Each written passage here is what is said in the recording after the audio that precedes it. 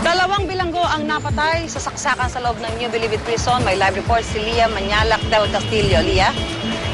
Susan, dakong alauna nga ng hapon kanina nang biglang magsaksakan ng 4 na inmate sa maximum security compound ng New Bilibid Prison. Patay ang dalawa na kinilala na sina Ramil Cuasito at Arturo Operina. Sugatan naman sina Teresito Moralia at Pablito Rabosa na itinakbo na sa malapit na ospital.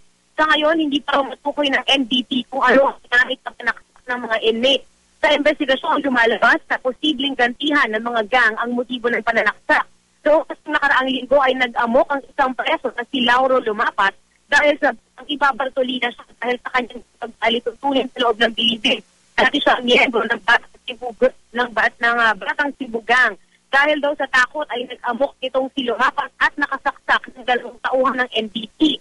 Kanina, kumalat ang impormasyon na tetestigo sa pagdinig ng NBP ang mga miyembro ng isa pang gang, ang Batang Samar Leyte, sa totoong dahilan daw ng pag-aamok ni Lumapas. Miyembro ng Batang Samar Leyte Group ang isa sa mga namatay na preso kanina na si Cuasito na siyang sinasabing unang nanaksak sa insidente kaninang hapon.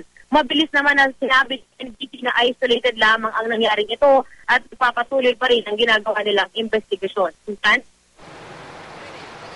Maraming salamat, Lia Manyalak del Castillo.